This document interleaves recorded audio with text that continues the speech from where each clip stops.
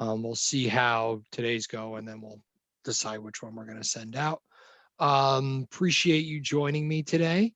We are here to look at Qualtrics, the survey platform, but outside of our normal surveys and the way that we've used it, kind of talk about some other uses and how this might be able to roll into an academic setting with your students, and certainly look at some of the pieces that might roll over to some of the next gen steps as far as different question types and building out case studies and things like that. So we're going to cover a lot of information here today, from basic to obviously a little bit above basic. Um, but because we have such kind of a large population as far as, people who haven't really been in there, and those of us who have some experience and some who have a lot more experience. So I want to kind of touch on all that. Hopefully everyone comes away with something that's useful for them today.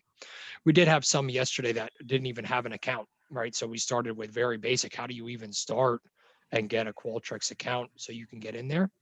And that's not only for you, but that's for your knowledge and your personal use, but anyone that you're talking to, right? If you're working with a colleague or you're working with a doctoral student or someone like that that needs to use the platform, you want to be able to advise them on how to get in and use that resource and how to get started in there. So let's start with that here today. I'm going to share my screen. And because it's just a couple of us, if you have any questions, you're welcome to unmute yourself and just speak up, or you could put it in the chat too. Either one of those works perfectly fine. So you should be seeing my Widener here.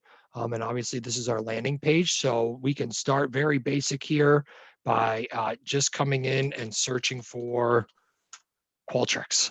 Okay, and when we search for that in Widener, we get the task to launch Qualtrics. Now, it's important to note that this task only takes you to the library page that explains how to start Qualtrics. It doesn't take you to the place where you sign in to access your account, right? So it's kind of like a how-to type thing. All right. So when I do click on this task, it does take me to the library page. And this is a library TLT ITS resource. Molly Wolf in the library is the administrator on campus for Qualtrics. So if for some reason you're having some crazy problem that you and I aren't able to answer, then that would be our next resource to go to, because Molly Wolf does control kind of the admin rights of all of that. But it's very important to note that, by going this route and establishing your account through the Widener portal, that you're getting everything that Qualtrics has to offer.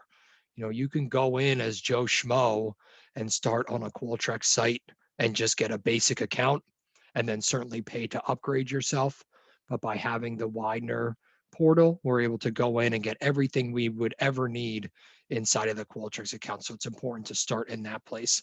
So I'm not going to spend much time on here. It's pretty self-explanatory where you go, how you start an account. You're entering your Widener email address to verify. And then this is not your normal password. So you're setting your own password for this. Can you use the password you're using right now? Sure, but this doesn't use our single sign-on system. Okay, so this would be you creating a new password. I know we don't have many of those, but this is one of those resources where you'll have to have a different password if you choose to do so. So what I like to do from here is, instead of obviously coming all the way to my Widener and typing in Qualtrics, just like any tool that I use pretty frequently, I have it up here in my bookmark bar inside of my browser, so that I'm just able to click on Qualtrics and get that link. If for some reason you don't have that bookmark bar inside of your browser, just right click in the white space anywhere inside of your browser.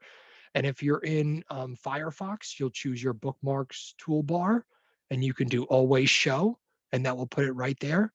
If you're inside of Chrome and you right click, I believe it's its own setting in the menu. You literally just click show toolbar or show bookmarks toolbar, and it should give you that extra kind of little schnurly underneath your address bar for you to plop all your most visited things.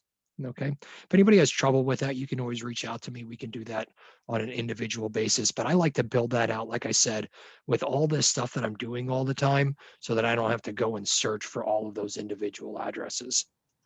So when I click on my Qualtrics, you'll notice in your URL, we're not just going to Qualtrics.com, right? You see Widener inside of your URL here.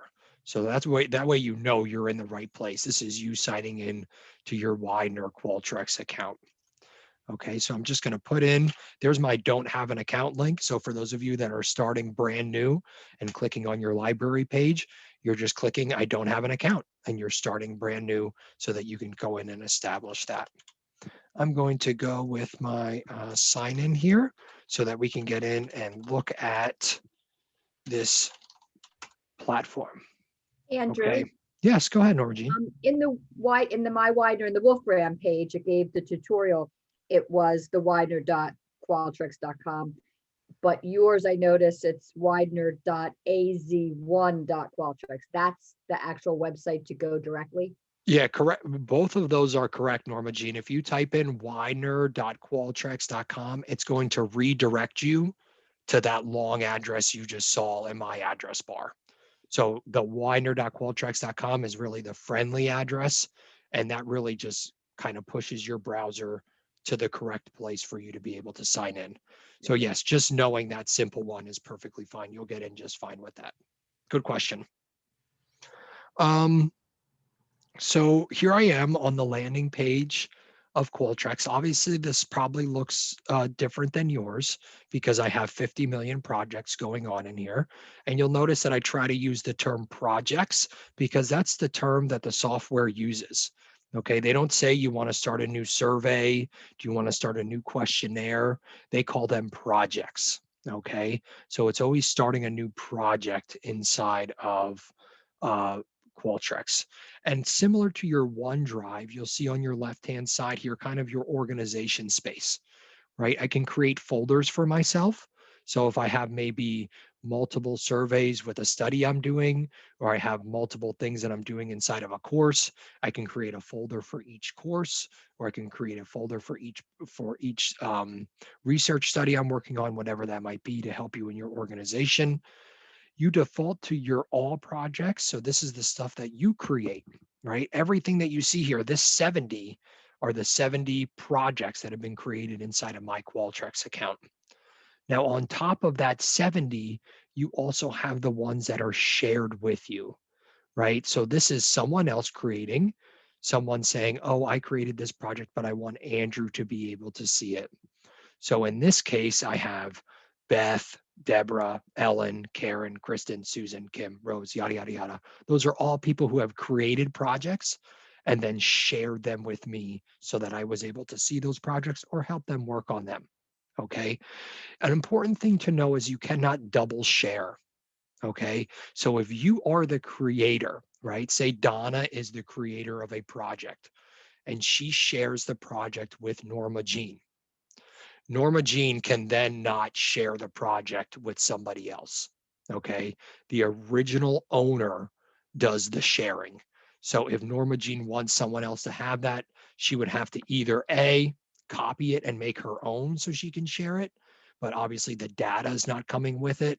So if you want that original one, you have to go to the original owner to be able to share that project.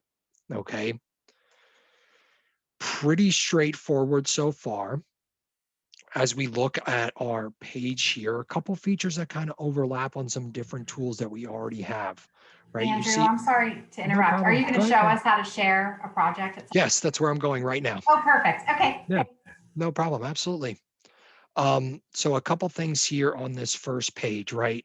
Pretty self-explanatory. Project name, last modified, status. Status would be whether it's open or not, meaning can people actually take the survey? You have the ability to just kind of shut the door and close the survey. Okay, that can be tied to a date and time, or that can be tied to you just logging in and clicking close. Okay, we talked about that a little bit yesterday with attendance, right? Some of us have that problem with attendance and we're worried, well, someone's going to text it to someone, or maybe they're going to sign in at a time when class isn't really occurring. So if you would use this kind of tool for attendance, which you certainly can do, it's a form. So students fill it out, they submit it to you. You then have the ability to go in and close that attendance form. So now students can't record their attendance outside of the time that you've given them to do that. So if you're doing that in only a 5-minute increment in class, where you're saying, okay, today I'm going to take attendance right now. And you're saying log into Qualtrics, take attendance. You can then log in, close the survey so Sally doesn't have a chance to send it over to Susan and tell her, oh, make sure you put your attendance in since you're not here today. Right. So you can kind of have a little bit of control there. That's your status. And then, of course, your creation date. All of these things can be clicked on, and you can sort by these the same way you do on your own computer with your files. So if you're looking for the most recent, you can sort by creation date. If you're looking for the last modified, you can sort by that way. If you're looking for alphabetical order, you can always search by project name. And it has that great feature that our Canvas has with the stars as well. So if there's something that you're working on constantly, it's maybe a little bit further down here in the list because it was created a little bit ago, or it has a title that isn't exactly at the top of the alphabet, you can always come in and just hit the star next to that survey, and then they will always be at the top of your list. Okay, and then that way they're there for you. The only time those things move is if you then sort by another column.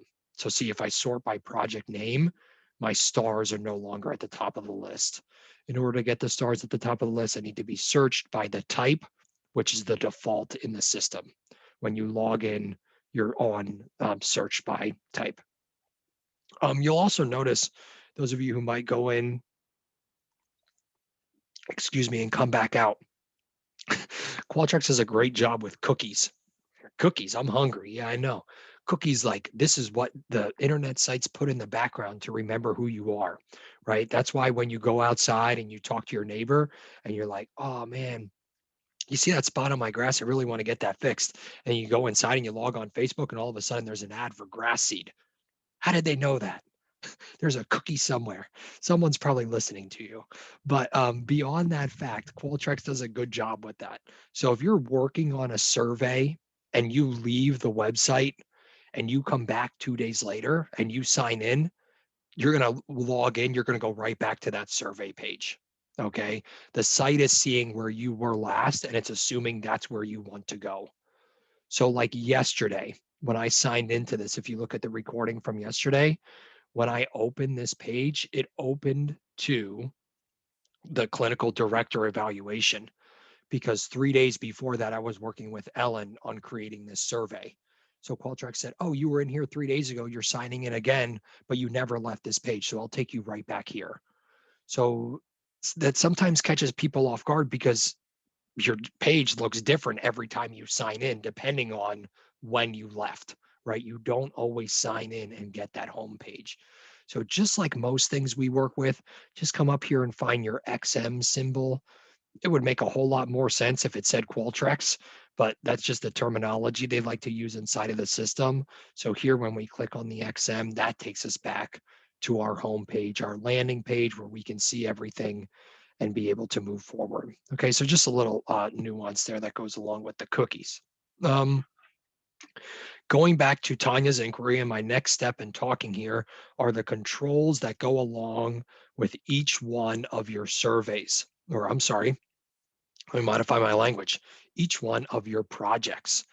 So you'll notice that when you hover on a project, you get all the information, you get a really good kind of, excuse me, summary of responses here, how many people answered.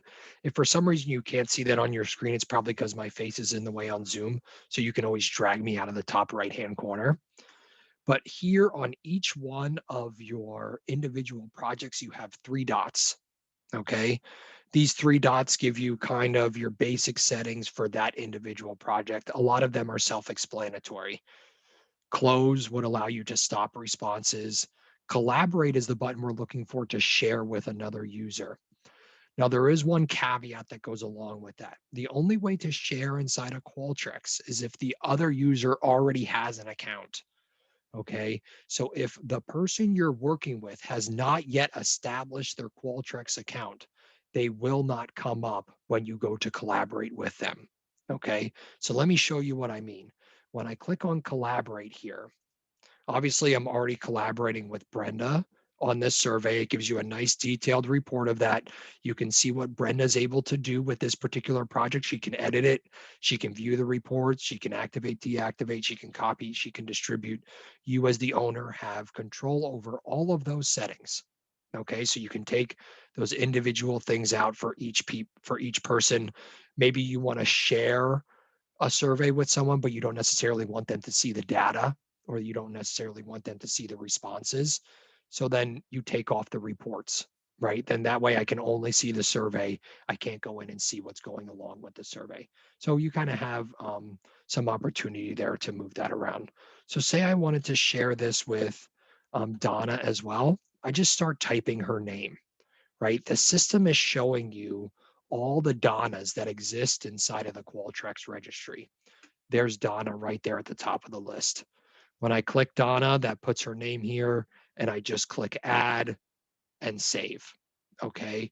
If you start typing someone and they don't show up, it's because they don't have an account. So for this case, I know, well, Mary Powell is there. I was going to say, I work with Beth all the time on the grad side, but Mary Powell does have her own account there. There's not really many inside of our faculty, I would say, that probably don't have the account. I would think for the most part, when you encounter this would be if an individual is new to the system, a new faculty member, or like I said, you're working with a student and they're just getting started. And you'll say, oh, well, I have something I would want to share with you, or this is a good place to start with your survey. Let me share that with you. But if they're not in the Qualtrics system, you're unable to do that. So we just need to make sure that they're registered, they've created an account, and then that way we can go in and actually share that with them. If you want to try, sure, am I? I don't know. Let's see. You're in there, Foley, but good try. Yeah. So that was another example. We were trying to see if Foley was in there, but yes, I think. Is there anyone who's not in Qualtrics? Do all of you have an account? I don't know if mine is through, if I did it through Widener or not. Somebody got me in kind of. You did. Okay, so I'm in there. Never mind. Yeah. So there you are. I don't know what I was doing with it, but it was for the search committee, and I didn't end up. Somebody else ended up. Kathy ended up like. Oh, okay. Yeah, it was for just these recent faculty searches. Yeah. So I ended up not ever doing anything other than apparently I have an account, which yeah, and that's fine. What my password is. Yeah, but at least you're started that way. You have the account, so you will show up in that collaborative space. But that is one way we use that, right? You guys all saw that, but just within the last couple of months, this is what we were using for those evals after interviews, right? You send them out to your stakeholders and you allow them to fill them out, and then you have the ability to go in and see the data as the user. Okay, so let me come back to my 3 dots real quick. Outside of your collaborate, pretty straightforward here as far as editing, previewing, translating, distributing. We're going to look at some of those things actually inside of the project itself. Obviously, rename is very important, especially if you're using the feature to copy the project, right? If I were to come here and do faculty satisfaction and just do copy project, the title would just read copy of faculty satisfaction survey. So in that case, you would go in same way we would do with OneDrive and rename that file to accurately reflect what that is. Extremely helpful for people in the doctoral program, right? If you're sending out the same survey to multiple groups, maybe you're just changing a couple questions, you can just copy those projects over. You just have to retitle, and then obviously your data is in different places, but you can always pull all of that information into our wonderful friend SPSS so that it looks like it all came from the same spot, but it does help you kind of organize a little bit on the front end. And we'll talk a little bit more about the SPSS as we go along here, because I got a little bit of tips for that too. Okay. Let me jump here. I'm just going to check my chat one more time before I jump into an actual project. Okay, looks like we're good. 2 things. So obviously you have start anew, right? Create new project. I'll get there. Okay, but I'm not going to get there quite yet. Where I am going to go is to something that is just generic, which in this case I'm calling test. Okay, and that's just the title of this particular project. I see my title up top. I see my title at the top of the page, and then I kind of get into the actual survey or project field. Now, when you start, the system defaults by just giving you a multiple choice question to start. You'll notice that when you click on that multiple choice question, that's when you get all of your tools on the right-hand side. Okay. Qualtrics is what I like to refer to as a click happy tool. Okay. You have to be clicked on something to change it. And they kind of have like this kind of gray, off gray color scheme. So sometimes it's hard to tell exactly where you are. So by default, I have to click on Q1 here, question one, to be able to edit the aspects of question one. Now, here we are on what is today? April 22nd. And believe it or not, in the beginning of May, this page is going to look completely different. Welcome to technology. Okay. So Qualtrics is going to change the interface of the survey builder. All right. So everything is still there. It just looks a little bit different. So let me show you this real quick. And then we're going to switch back because I want you to kind of see the tools here because I think they do a better job with the menu on the right-hand side in the old version. But notice here when I click on my question one, my kind of color scheme is this green, kind of gray. When I go to the new survey builder, it changes my page. My menu is now on the left-hand side, and I now no longer have that green gray scheme. Everything is kind of this blue gray scheme. Okay, so there's nothing, all the tools are still there. Everything you need to do is still there. It's just kind of, we kind of put it in a hat and mixed it up a little bit. All right.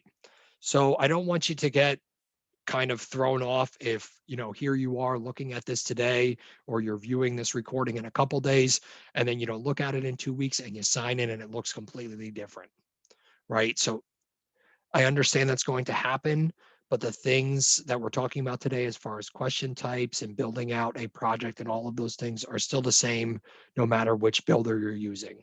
Okay, so here we are inside of the new one. I'm going to switch back to the old one because chances are that's where your screen is here today. And I have not seen, excuse me, any new tutorials or literature on the new builder. So if you are going to Google, which I encourage you to do because Qualtrics is a very widely used tool, same way with our Canvas and our Office 365. If you're having trouble with something inside of Qualtrics and you go to Google, you're going to get printouts and videos of this screen, right? Because this is what it's been for 5 years. I haven't seen any of the new material that show us new printouts and ideas behind the new survey builder. So that's why we're going to spend our time here today. Okay, so just so you know. So again, let me go back here to my first question. I see that my first question on this page or on this project is a multiple choice question, which is perfectly fine, but kind of close your eyes, picture a survey, picture something that's put in front of you. Is the question usually the first thing on the top of the page? No, right? We need some kind of directions. We need some kind of, hey, you're doing this because, hey, this is being used for this.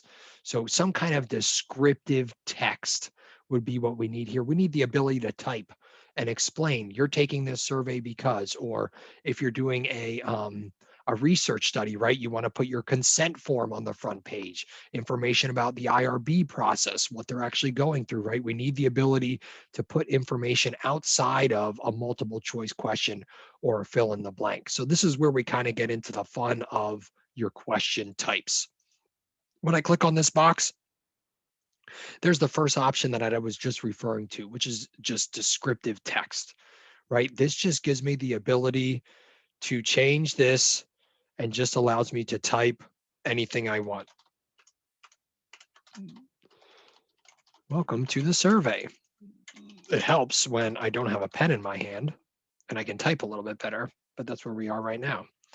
Okay, so that is your descriptive text. That can be a graphic, right? You can put the Widener symbol there. You could put, a symbol for your class, whatever that could be. That could be anything you want. All right, so we can put a lot of things there. But outside of your descriptive text, you have your graphics, and I want to spend a little bit of time here on your different types of questions.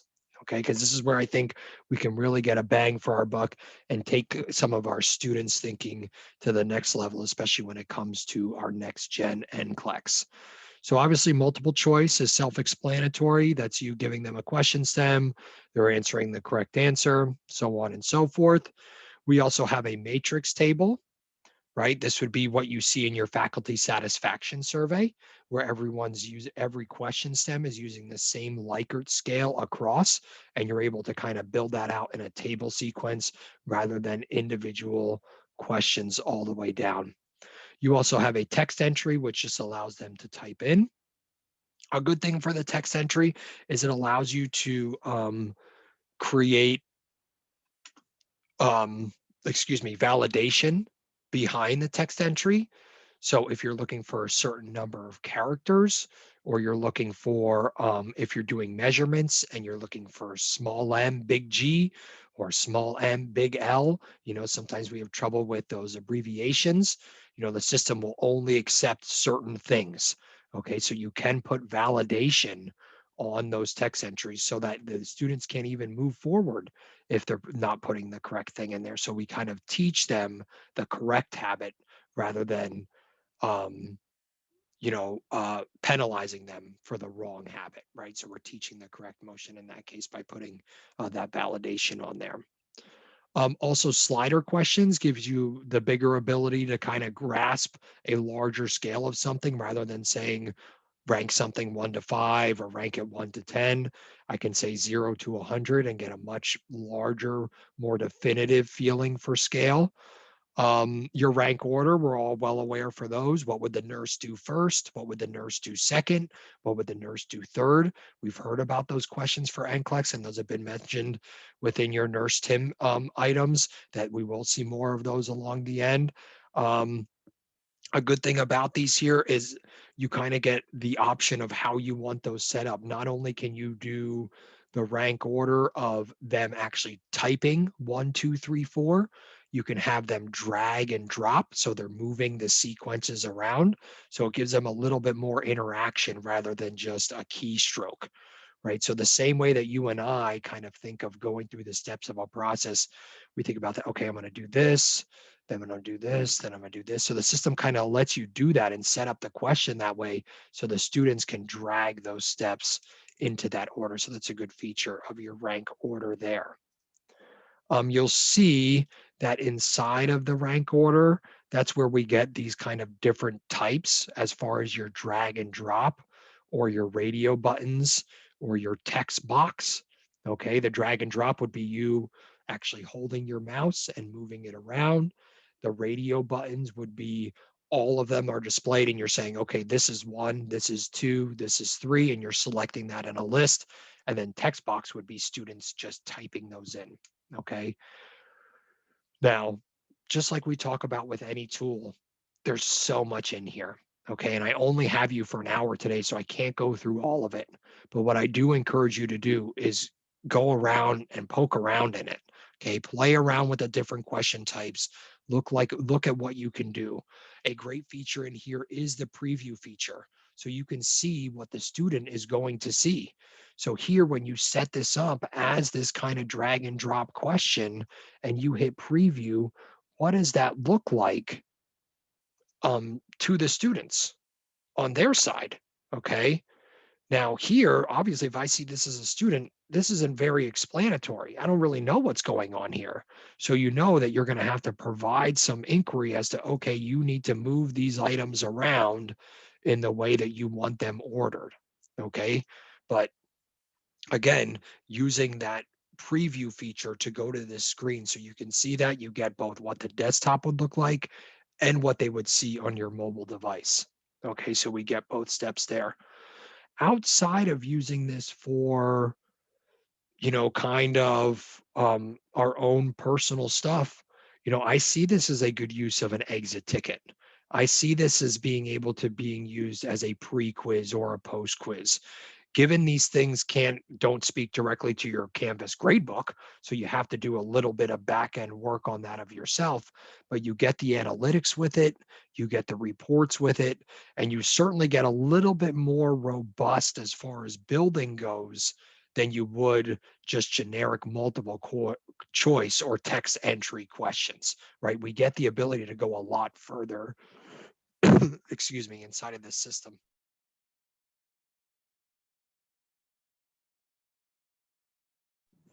All right, let's try that again.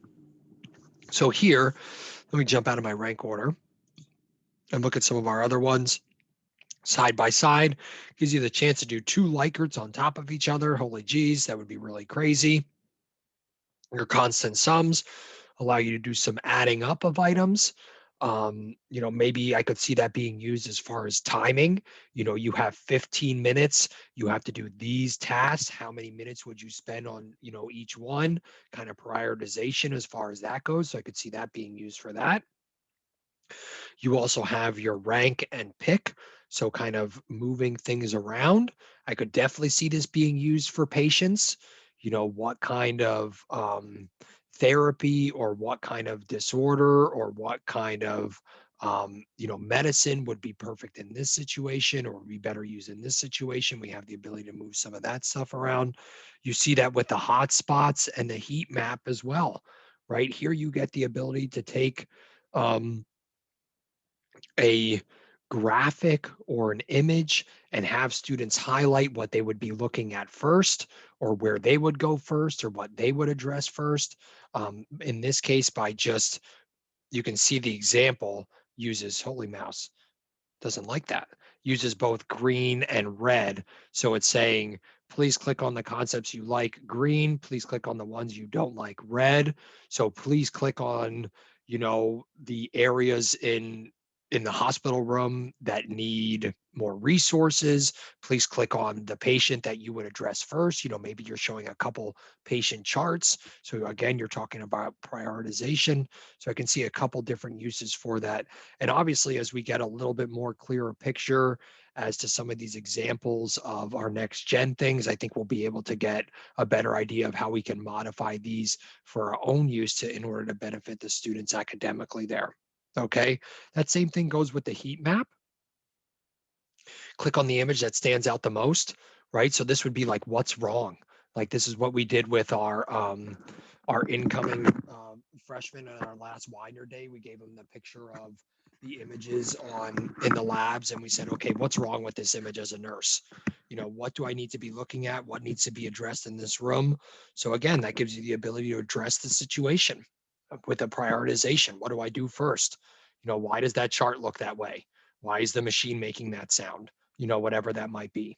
You can tell I'm not the content expert here, but I'm trying to come up with the best examples that I can.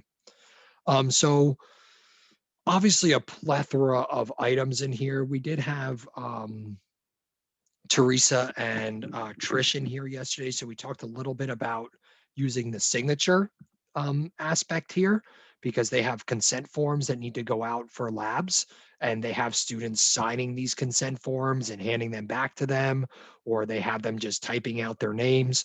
Here, Qualtrics gives you the ability to put in that signature box and they can sign with their mouse, or if they're bringing up on their phone, they can sign with their finger, and then you have that student signature tied to that. That can work for your consents with IRB, that can work with our consents for our lab, that can work with just consent that the student read your syllabus, right? Just to hold them accountable, the fact that they read their contract in the beginning of the semester. So we have the ability to gather the signatures there as well. And I know what some of you might be thinking, why aren't we using this for adjunct evaluations? And you know what? We thought the same thing. But the problem with using this with adjunct evaluations is that the adjuncts don't all have accounts in here. They all have Canvas, and this would just be a whole nother thing that we need to teach them and a whole nother thing we would need to get them in. But this was kind of part of the conversation when we were thinking of that, because we're looking for those student signatures and we're looking for them for the ability to interact with the document. So that is a nice feature that they have in here. Some other things that they have, I like the drill down feature. This gives you the ability to kind of um, not really choose your own path, but you're saying, okay, if I choose this in this sequence, then I only have these 4 choices in the next, and I only have these 3 choices in the next. So kind of depending on where you start, then you're given your other sequences to go. Now, just like what we're going to talk about here in a second, which is kind of building out your paths, there's obviously front end work here, right? You have to tell the system what it should be displaying, how it should be displaying it, how it should look in order for it to work correctly with our students, right? This needs to be meaningful.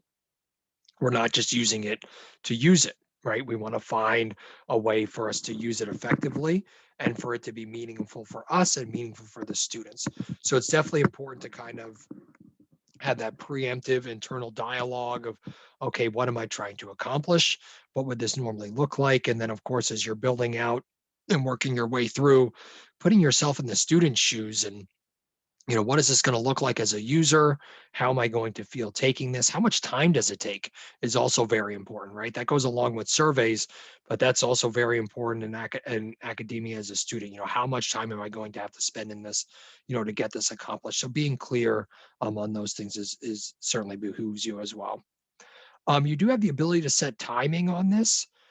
You only have a minute per question. You only have 30 seconds to answer this.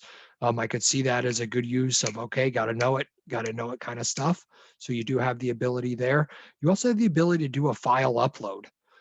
So this would be, maybe you're asking for students to answer a couple of questions, and then, you have to provide a resource as to where your knowledge came from. So maybe they're uploading an article, or they're uploading a website, or they're uploading a picture, of where they found their information, whatever that is. But it does give you the ability to be able to do that as well. So a lot of the things that we kind of have, you can think about all the different tools we use, right? I see a crossover here from Canvas as far as file uploads and having the stars on our main page and the ability to do the signatures. I see a crossover from OneDrive with the ability to share and kind of give other users, to be able to work in here. I see the crossover of ExamSoft because we have the ability to kind of ask our formative questions, our summative questions in kind of this format and what would come forward. So you can see that we kind of have a lot of crossover from all of the things that we're already utilizing as instructors here inside of this Qualtrics tool. Now, just like anything, something that should be used, like I said, meaningfully, and I like to say sprinkled. Okay. This isn't something that we're drowning the students in. It's not like all of a sudden, like heat maps are like the main focus of our Gero class, right? We're not changing the focus of anything. We're finding a way that we can take what this tool has and what it offers and can accompany the learning and the teaching that we're already doing. Okay. So, what's something that you already have trouble with, whether that's attendance, whether that's exit tickets, looking at what students already know, accessing prior knowledge, a lot of those things can be done inside of this system and you keep all that data right there for you. So, that's really nice. Okay.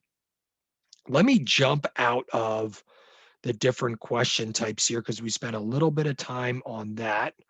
And I want to jump over to some of the actions that go along with each one of these. And this is where I talked about kind of the logic of it. So kind of think back to the choose your own adventure books, right? You read a page, you got to the end of the page and it said, if you're going to go through the door, turn to page 56. If you're going to turn around and run back to the castle, turn to page 23. And I was always the kid that I went to page 56, I read it, and then I went to page 23 and I read that one too, because I wanted to see what was going to happen in both. But here, kind of put that mask on this, right? And this is where I see the use of case studies, right? Here we have the ability to say, okay, if you answer question number 1 this way, then you go to this question. If you answer question number 1 this way, then you go to a completely different question, right?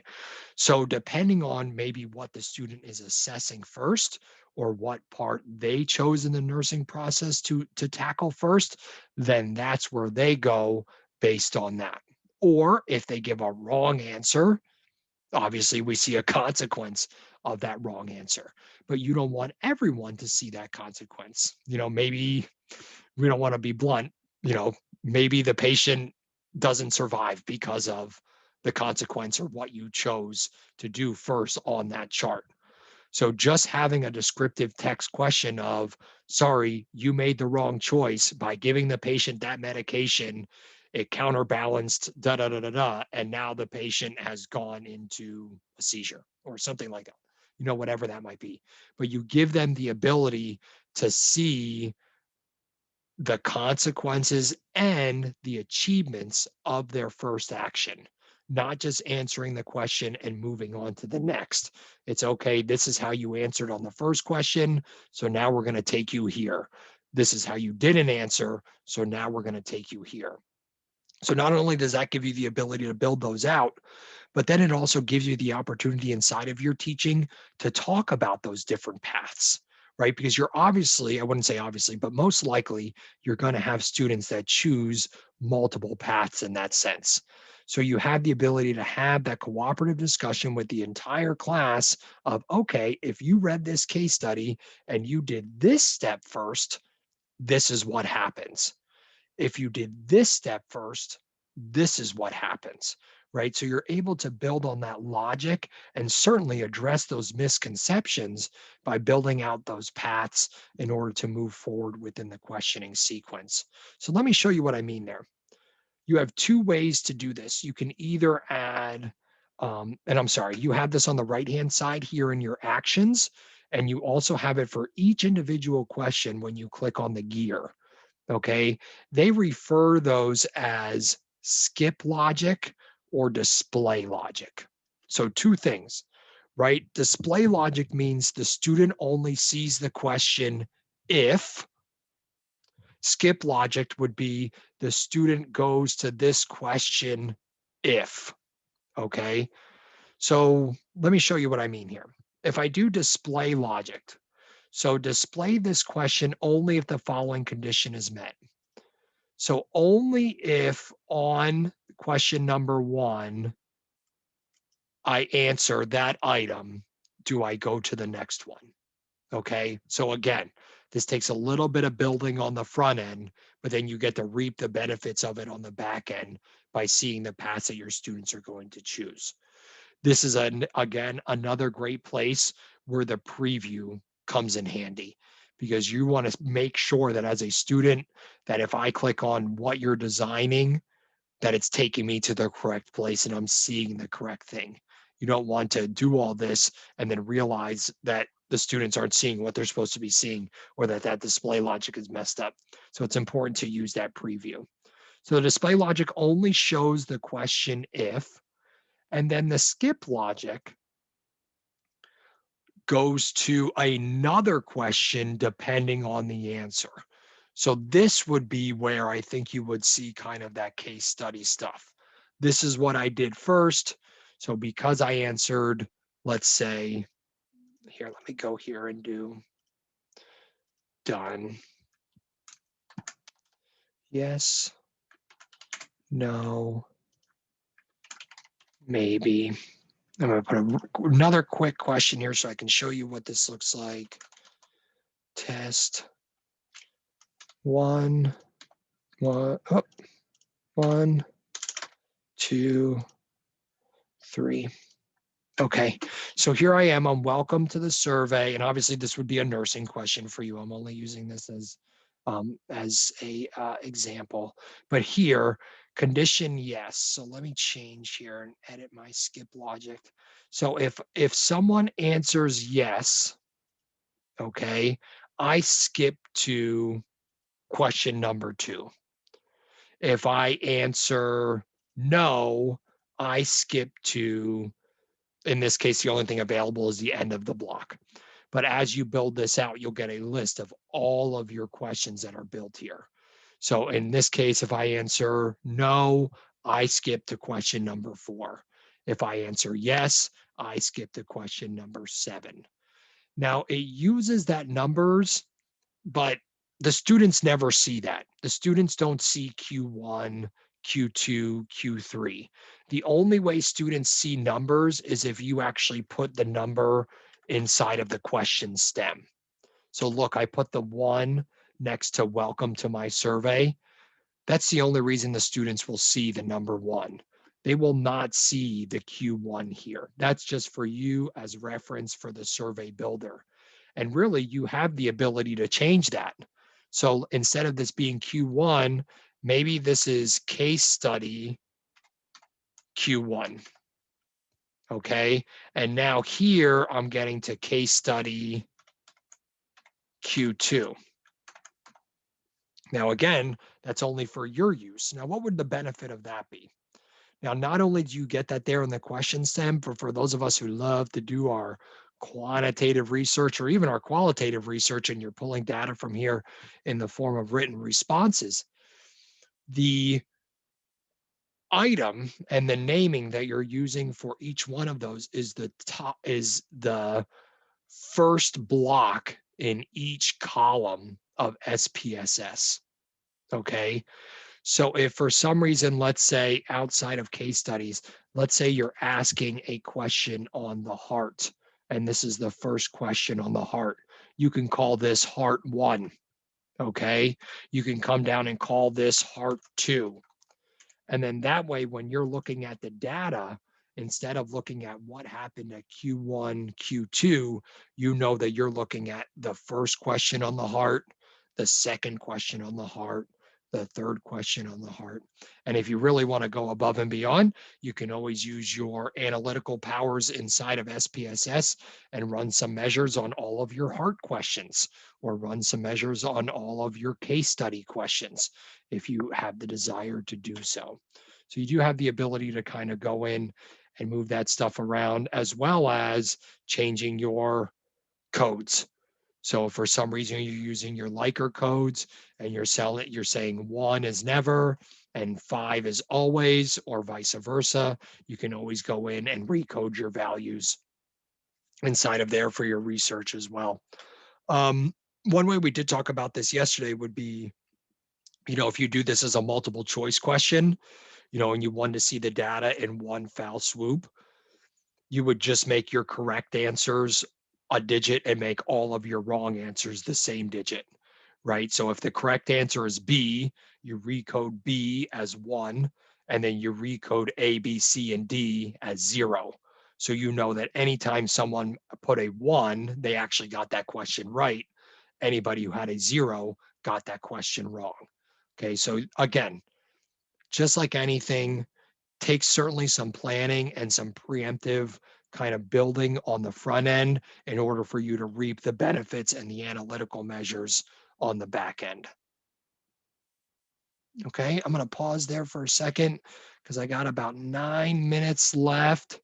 How would you upload a picture, i.e. a picture of a hospital room? That's a great question, Norma Jean. Let's take a look at that. I didn't touch on this, but let me show you this real quick. You'll notice that when I put my mouse over a question, that's the only time that I get these pluses and minuses. Okay, that's telling me, oh, do you want to put a question above where you are right now, or a question below where you are right now, or do you want to delete what you're on? Okay, there is no kind of add question button anywhere on this page. So the add question is these plus or minuses that you get for each one. So let me do the plus here, and I'm going to change my multiple choice to graphic. And here I can select a graphic to use. In this case, I have some images that I've already used inside of here, inside of my own library. You also have a global library. Doesn't seem to be anything in there. I can't say I've used that one, so I can see why. But I think probably the best thing here, especially Norma Jean, you're looking for a hospital room, would just be upload new graphic. Okay, so this is you just grabbing any image that you found. Maybe that's an image that you're taking from a textbook or an online resource, or even an image, that you have somewhere else and you're just doing a screenshot of it. And we're just making another copy of here in Qualtrics. So that's an option too. That would be the same thing that you could do outside of, you know, having the text graphic. That's what you would do here for your hotspot or your heat map. Okay, so if I do heat map, here's my heat map on the right-hand side. And because that's part of the question, I get the ability to choose a graphic here. So if I do hospital room, images, I'll take this one. Wow, that's a really nice room. Look at that view. Save image. And it's in my downloads. So I'll go back to Qualtrics and I'll choose my graphic. Then I'll upload a new graphic and I'll go to my downloads. Okay, and save. Okay, there is my graphic. So click on the aspect of the image that is incorrect or that you would address first or doesn't seem right, you know, whatever that prompt might be. Okay, so now me as the student can come in here and look at the preview and see that when I go to that page, oh wow, that's a great use of preview because for some reason that image doesn't show up. So that's why we love to use preview. Is it the arrow, the blue arrow to take No, it? the blue arrow takes me to the next page. This is a broken image symbol. Oh, So for some reason, it doesn't like that image. So we just have to figure out why that is. But that's, again, the beauty of technology. So let me see if when I come in, yeah, it's seeing that okay. So I'm not going to spend a lot of time on that just because I don't want to take all of it. But again, good case in point, make sure you're using the preview button to make sure that what you're showing is actually displaying. Chances are that's probably just not the right format it's looking for. I think that was a PNG file. Maybe they need something else there. Or it could just be that my browser is blocking the image on that page. That's certainly possible as well. But that's something we'll have to do a little bit of searching for. Go ahead, Tanya. Just super quick, because I have to run for a student appointment. I did share the survey that I made for the undergraduate course report, the draft of it with you. And there's one particular question, maybe we can just connect on another time. It's one of those features where you need to upload, whoops, that's my alarm, where you need to upload an Excel file in order to get the pick list. And I'm having a hard time every time I try to upload this CSV file. Yeah. Anyway, you'll see when you get to it, but maybe we can just talk offline about how to help me troubleshoot that one particular format of a question. Absolutely. We can definitely look at that. Thank you for Okay, sharing I'll it with send me. you some potential times and we'll go from there. Yeah, this was that's really fine. helpful. Good, Tanya. I'm glad to hear that. Thank you for coming today. Thank you. Bye, everybody. Andrew, Yes, go ahead, Norma Jean. you said that to add another question above or below or delete a question, you have to go to the plus or minuses over on the right when you're clicked in. Yeah. What does that green bar there that gives you the option at the bottom in the middle to create a new question? That gives you that as well. Oh, That okay. allows you to do that. It's just, I would think the majority of the time, you're not all the way at the bottom of your survey page. Oh, okay. So really, that's the only place it doesn't follow you. So if you're working up here, All right. you're correct. That bottom portion will add a new question to the bottom of the survey. Good point, Norma Jean. Thank you. Kind of like in Canvas, the quiz, you have to scroll all the way to the bottom to. Yes. Yeah. Oh, and nice connection there too as well. Good job, Norma Jean. Any other questions or anything else that you guys want to talk about? Donna, you see a nice crossover here for some of the NGen Next clocks. What do you think there? You're muted.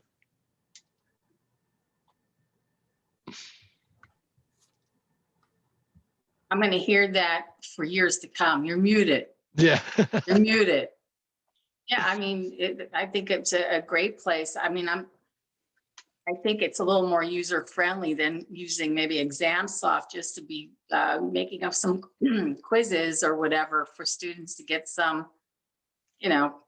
practice feeling comfortable with some of these alternate formats. Yeah, and I agree with you. It's a great place for our formative assessment, right? Something short at the end of class or Mhm. something to brush up before we have an exam soft test coming up. It just gives you another tool to utilize to kind of get them in, that mode that it's great to have all of these engagement strategies and different tools and stuff, but at the end of the day, we know they got to pass the test. So how can we kind of recreate those situations, especially for those who have the test anxiety, that we can kind of put them in that mental mode, the better they'll do in those high stakes situations and kind of alleviate some of those feelings. So I agree with you. I think that's great use Yeah. of it. I mean, I wouldn't try to grade grade some of Yeah. these things, but using it as a way for students to practice their clinical judgment skills. Yeah.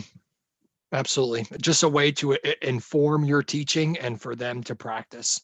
Mm. Absolutely. And same thing we talk about, you guys know as instructors, those things that students struggle on no matter what.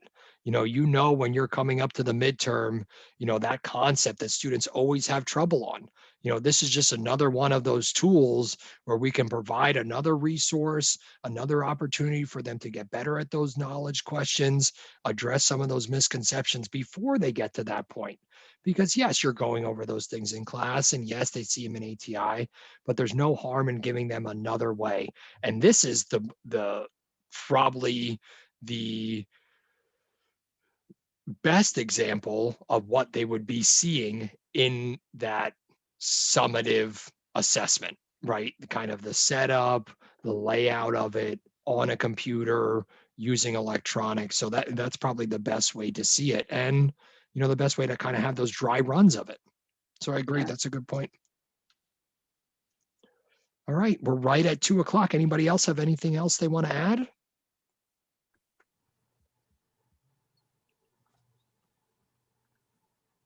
All right. That sounds good. I appreciate your time today. Thank you so much for coming. I will obviously disseminate the recording so you can view again. If for some reason you want to work one-on-one, or you want to look at a specific type of question or building out a case study or whatever that might be, please, I'm here for you. Shoot an email. We will find a time so that we can do that. Thank you. Very much. All right, friends. Great to see you. Good to see you guys too. All right. Bye. Bye-bye. Bye. Here, thank you, Andrew. No problem, Foley. Thank you for coming. You're welcome. Bye. All right, I'll see you soon. Oh, I do have a question real fast. Can Sure, we? let me stop the recording. Okay.